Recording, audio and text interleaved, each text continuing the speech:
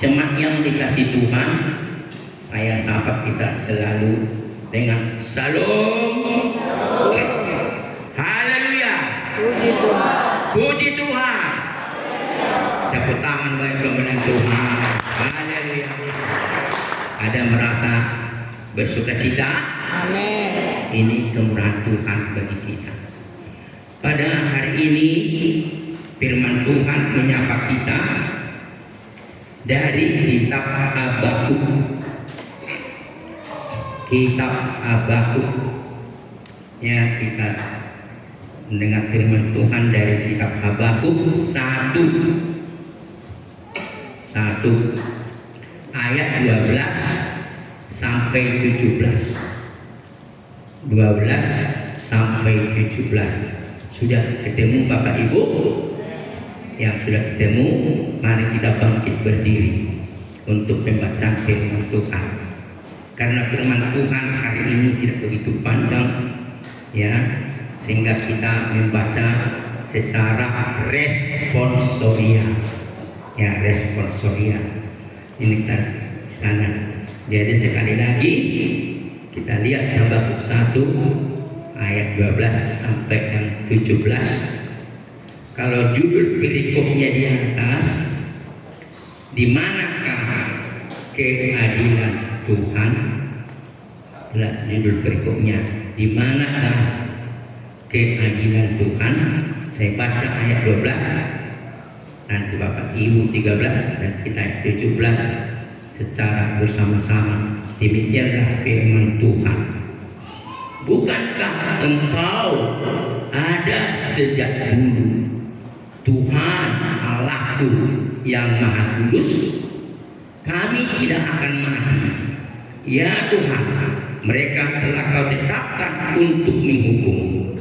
Ya gunung batu telah kau tentukan mereka untuk menghajar. Matamu terlalu suci untuk melihat kejahatan, dan kau tidak dapat memandang kezaliman. Mengapa engkau memandangi saja orang-orang yang benar itu, dan engkau tidak hidup? Siapa orang yang lebih benar daripadanya? Mengapa manusia kau buat seperti ikan di laut, seperti binatang-binatang melata yang tidak ada pemerintahnya? Semuanya ditarik bangsa itu ke atas dengan kain, ditangkap dengan bukanya, dan dikumpulkan dengan jalan. Itulah sebabnya ia bersukaria dan bersorak. Itulah sebabnya dipersembahkannya kurban kepada bukanya dan dibakarnya kurban kepada darahnya. Sebab dengan anak-anak itu pendapatannya melimpah dan rezekinya berlimpah ruah. Kita baca bersama-sama. Itulah sebabnya ia selalu membunuh sebelahnya dan membunuh bangsa-bangsa tanpa belas kasihan. Haleluya, katakan amin. Silakan dulu Bapak Ibu Saudara sekalian.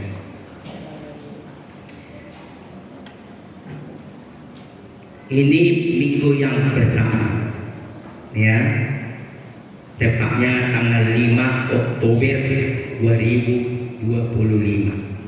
Jadi kita sudah bergeser dari bulan September ke bulan Oktober.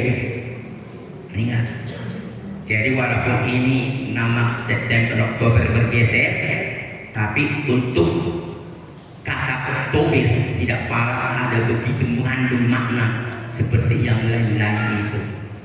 Karena Oktober itu hanya, kalau kata itu ya, kata Oktober adalah bulan yang ke-8. Ingat itu artinya, bulan ke-8. Tapi bagi kita bulan yang ke-10. Kenapa sekali lagi itu bulan ke-8? Karena menurut yakni Romawi oleh Gregorius, karena bulan diawali dengan bulan Maret.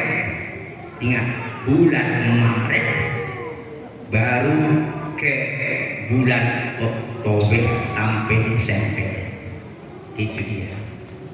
Jadi itu, jadi bulan 10 hanya 10 bulan. kalau bagi mereka. Cuma oleh Kaisar lagi menambah bulan Juli dan Agustus. Inilah bulan bagi kita. Pada kalender gereja inilah minggu yang ke-16 setelah Trinitatis. Ya, jadi sekali Trinitatis ini masih terus bergeser sampai di situ. Sekali lagi, masa-masa perjuangan gereja.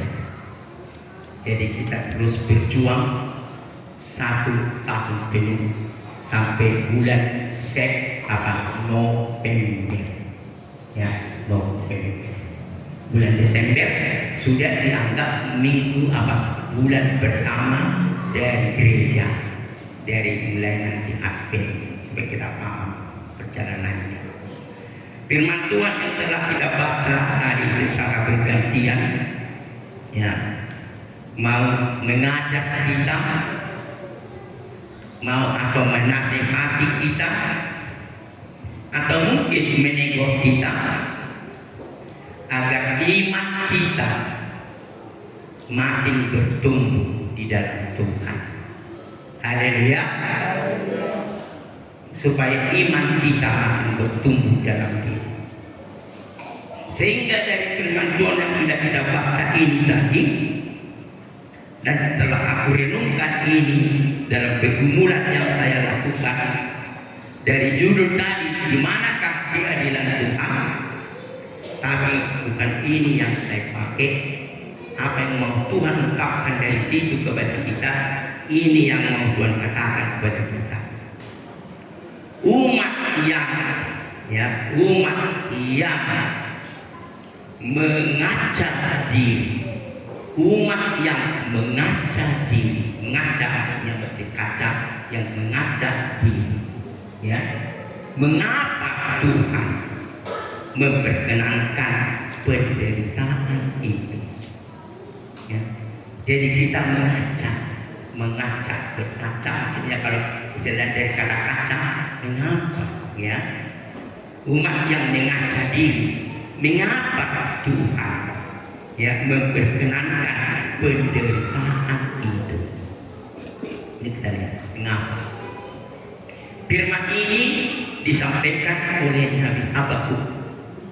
Ya, ini Nabi Habakuk kepada bangsa Yahuda dan bangsa Israel. Itu bangsa Israel. Sehingga kenapa? Karena kehidupan daripada bangsa Yahuda, bangsa Israel apalagi, mereka sudah banyak mulai menjauhkan dirinya. Sudah banyak menjauhkan dirinya, melupakan Tuhannya, tidak lagi mengingatnya, tidak lagi setia kepada Tuhan, tidak lagi mereka dengan tekun untuk memuliakan Tuhan, sehingga Tuhan mau memperkenankan mereka supaya datang bangsa-bangsa baru dan nanti kasih untuk mau, yakni membuat penderitaan kepada bangsa itu. Dan mereka mengalami penderitaan karena mereka menjauhkan diri kepada Tuhan. Mereka meninggalkan Tuhan, melupakan Tuhan. Itulah yang terjadi. Sehingga setelah itu terjadi dalam diri mereka, itu maksudnya setelah itu terjadi dalam diri mereka, bagaimana penderitaan itu dialami oleh bangsa Yahuda atau juga bangsa Israel, sehingga mereka luar biasa karena banyak penderitaan yang mereka alami. Sekali lagi, karena mereka sudah mulai menjauhkan diri dari Tuhan, ya, menjauhkan diri dari Tuhan. Karena itu Nabi dipakai Tuhan untuk menyapa mereka supaya mereka kembali disadarkan diri. Mereka mau diingatkan diri supaya mereka tahu apa membuat penyebab dari mereka menderita itu. Hal yang seperti itu bisa terjadi pada zaman kita sekarang. Sekarang banyak di zaman kita yang sedang masuk ke ini, ya, teknologi yang canggih ini dan sebagainya, di zaman modern ini, zaman milenium, para orang berkata ini zaman milenium ini, sudah banyak juga orang sekarang melupakan Tuhan. Banyak orang meninggalkan Tuhan, tidak peduli lagi kepada Tuhan. Tapi lihatlah hidupnya, ya kenapa begini sebagainya dan susah. Coba ekonomi dunia sekarang sudah mulai hancur. Itu semua. Sehingga dengan demikian juga kita seperti bangsa Israel dan Yehuda mau diingatkan juga kita dalam menjalani pergumulan iman kita. Amin. Karena itu kalau kita menjadi umat yang mampu mengajak diri kita, ya mengajak diri kita, kenapa Tuhan memperkenankan penderitaan itu kepada diri kita, maka di sana kita akan bercermin kepada diri kita. Selama ini apa yang aku lakukan? Apa yang aku berbuat seperti tadi jauh? Apakah aku setia kepada Tuhan atau tidak? Apakah aku melupakan Dia atau tidak? Ini mengingatkan kepada kita pada hari ini. Karena itu kalau kita juga mengaca diri kita mencermin, maka perlu diingatkan kepada kita seperti kata Yakobus 1 ayat 23. Kalau kita mampu diingatkan, ya, kalau kita mampu diingatkan, apa dikatakan dalam Yakobus 1:23 sudah sering juga ini kita dengar. Begini dikatakan di sana, sebab jika seseorang hanya mendengar firman saja, ya memang kita mendengar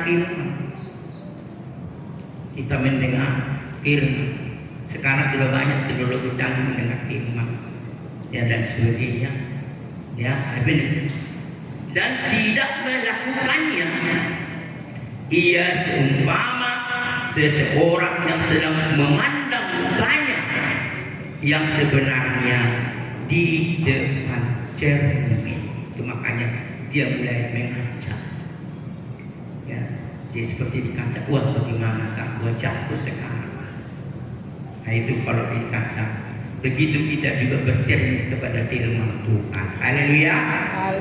Kita bercermin kepada firman Tuhan, karena firman Tuhan itu bagaikan kaca untuk kita memeriksa batin kita, memeriksa hati kita, kehidupan kita, bagaimana selama ini, berkenan atau tidak, menjauhkan diri atau tidak, dan sebagainya. Sehingga di sana kita akan terus bisa merenungkan lebih dalam. Yang setuju katakan haleluya. Mari kita renungkan ini. Dalam hidup yang Tuhan berikan, kesempatan yang sudah kita berikan, ingat, jangan kita habiskan. Karena seperti firman Tuhan yang sudah kita baca pada minggu yang lalu, dalam hidup ini pasti mati.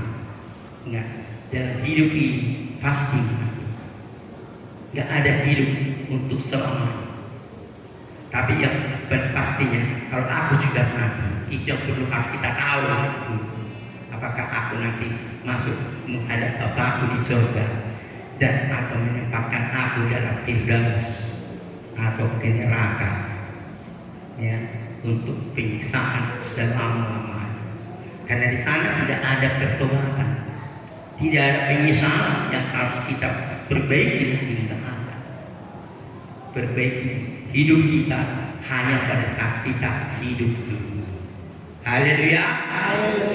Karena itu kalau kita menjadi umat yang mampu mengajak diri kita ini, enggak tahu kenapa Tuhan perkenankan 3 hal. Ingat, 3 hal yang harus kita umumi.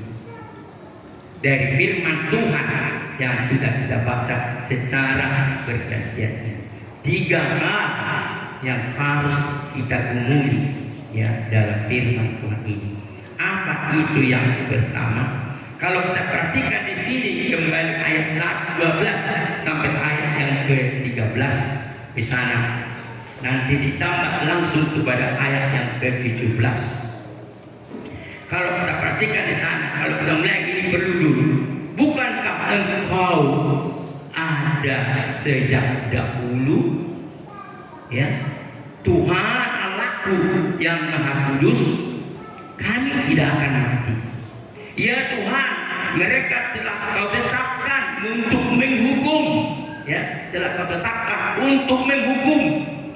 Ya, gunung batu telah Kau tentukan mereka untuk menghajar. Matamu terlalu suci untuk melihat kejahatan, dan engkau tidak akan memandang kelaliman. Ya, tidak tahan memandang kelaliman. Mengapa engkau memandangi saja orang-orang yang berbuat yang itu dan berdiam diri kepada orang fasik? Ingat, coba lihat. Kenapa engkau biarkan orang membuat pemiksaan itu, maksudnya penderitaan dan sebagainya? Itu maksudnya, kenapa Tuhan? Bukankah engkau Allah yang ada sejak dahulu? Engkau Allah yang adil. Ya, engkau Allah yang adil. Allah yang selalu ya Maha Kudus. Hanya artinya maksudnya, Tuhan, kenapa engkau biarkan kami seperti ini? Maksud, kenapa kau perkenankan? Tapi makanya tadi supaya dari situ kita mengacak diri kita. Haleluya. Itu dia maksudnya, supaya kita mengacak. Dan kalau kita alami sesuatu dalam diri kita, apa yang sedang kita hadapi, dan kesusahan dan penderitaan dan sebagainya, supaya kita bisa memeriksa atau melihat kembali hidup kita ini, memperhatikan hidup kita, bagaimana kita melakukan selama ini, berkenankah atau tidak. Itu mau diingatkan kepada kita, itu mau dinasehati kepada kita. Karena itu dari firman ini, kalau dan saya sampaikan, ini yang Tuhan mau katakan kepada kita, belajar dari apa yang dialaminya. Itu maksudnya. Jadi kita belajar dari apa yang sedang kita alami. Jadi kalau kita mengalami penderitaan, maksudnya kesusahan dan sebagainya, kita bukan mau seperti ini menyalahkan untuk bertahan seperti ini, bukan. Tapi kita mau belajar seperti ini. Apakah yang akan kamu ambil, atau kita kutip, atau kita belajar, apa yang akan kita buat untuk ke hari yang lebih baik. Amin. Itu yang perlu untuk kita renungkan. Itu makanya seorang filosof berkata, pengalaman adalah guru yang terbaik. Nah, itu pengalaman adalah guru yang terbaik. Dengan apa yang sudah kita hadapi, kita tidak harus menyalahkan. Itu maksudnya, ada sesuatu hal yang sedang kita hadapi, kita boleh berkata, terima kasih Tuhan. Umpamanya masih buka saja, belum patah. Umpamanya, terima kasih Tuhan, aku baru patah, tidak langsung mati dan sebagainya, bermacam-macam. Tapi dari sana kita belajar untuk memperbaharui, membentuk, memproses hidup kita kepada yang lebih baik. Amin. Ini dia yang penting dalam diri kita, sehingga apapun yang sedang kita hadapi, kita terus belajar. Apa arti belajar? Belajar itu artinya mengubah tingkah laku, ya, itu berdasarkan pengalaman yang sudah kita hadapi.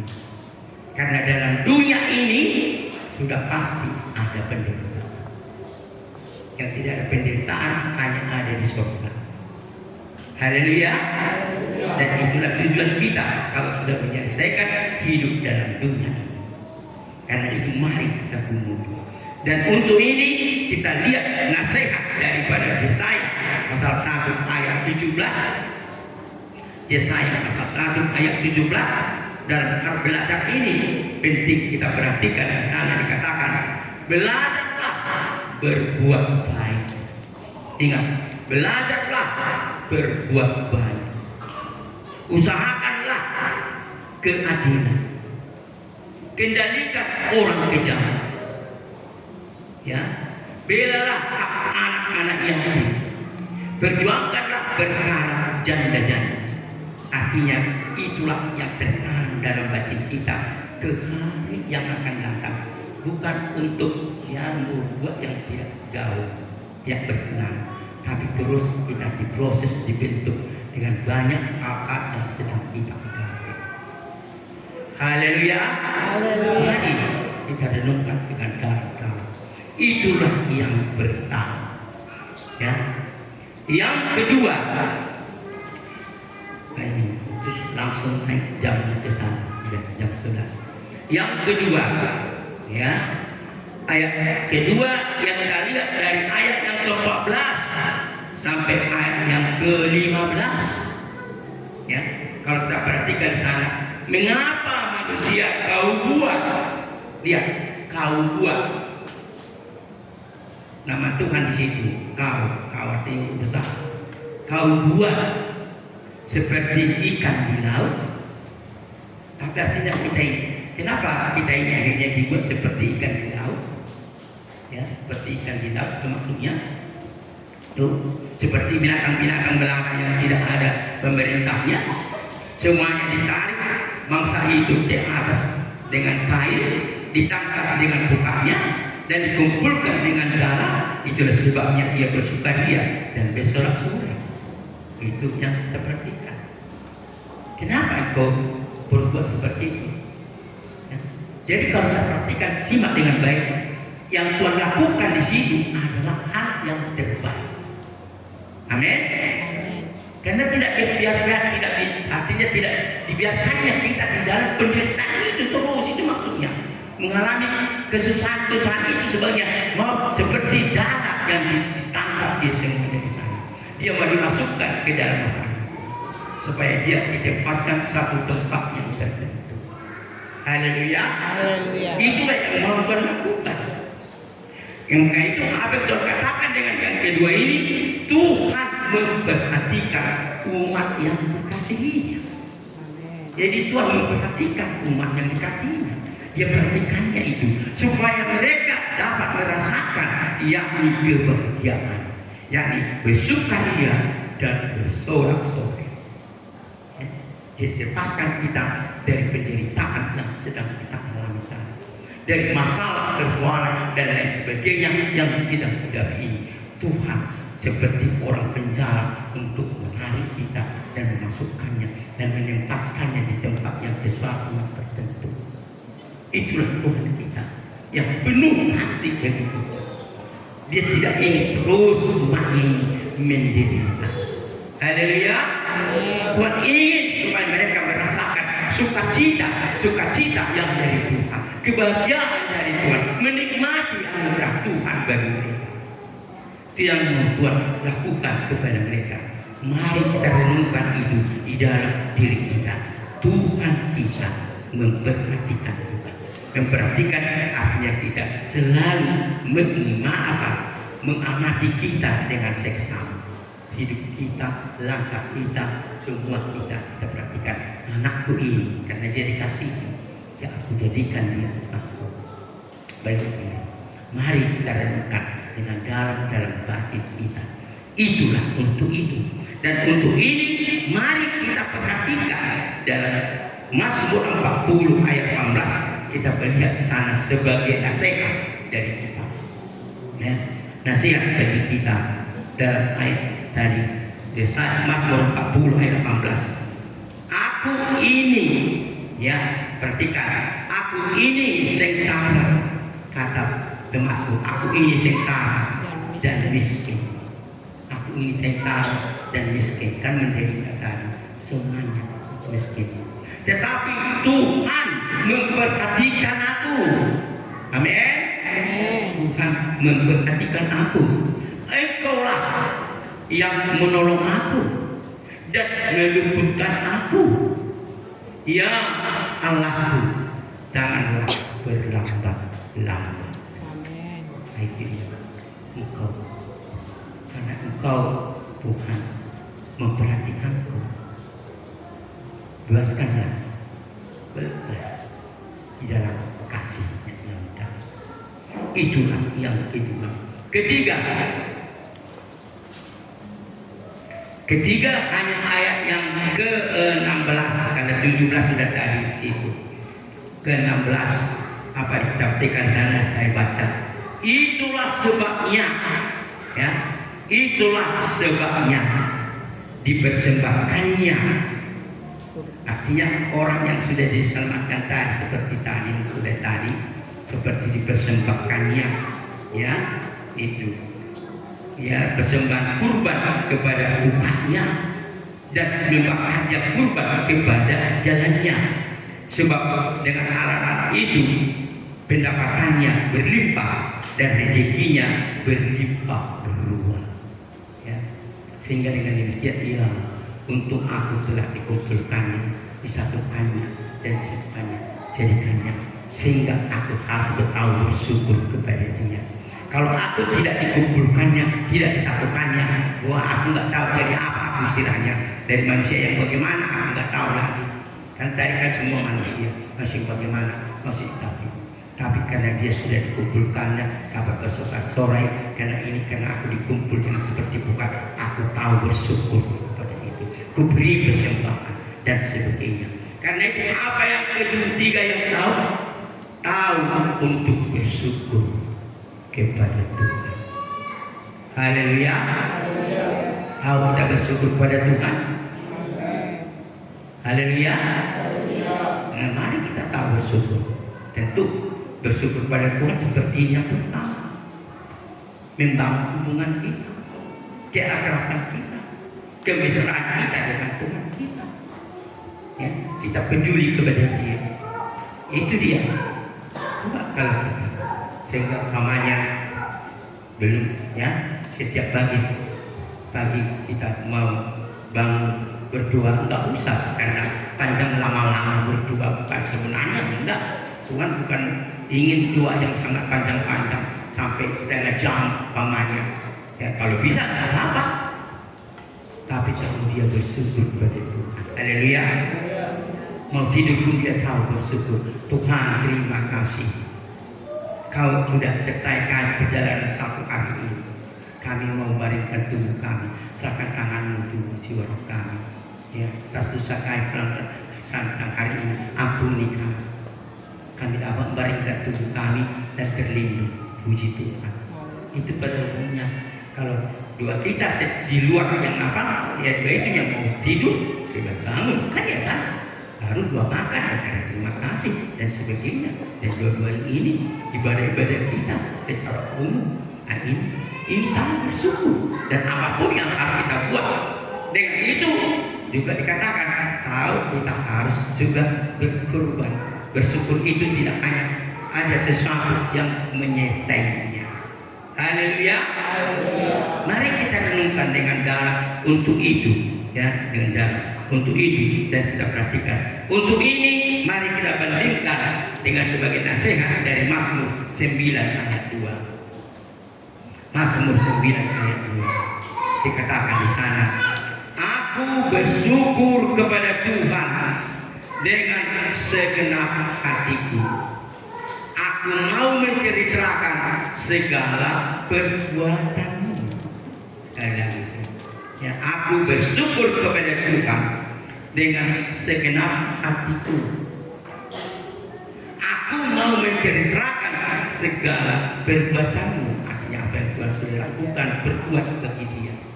Dalam ucapan syukur, oh Tuhan, terima kasih, terima kasih, terima kasih. Haleluya. Inilah firman Tuhan pada hari ini. Tuhan memberkati kita. Karena hari ini ada hari penyerahan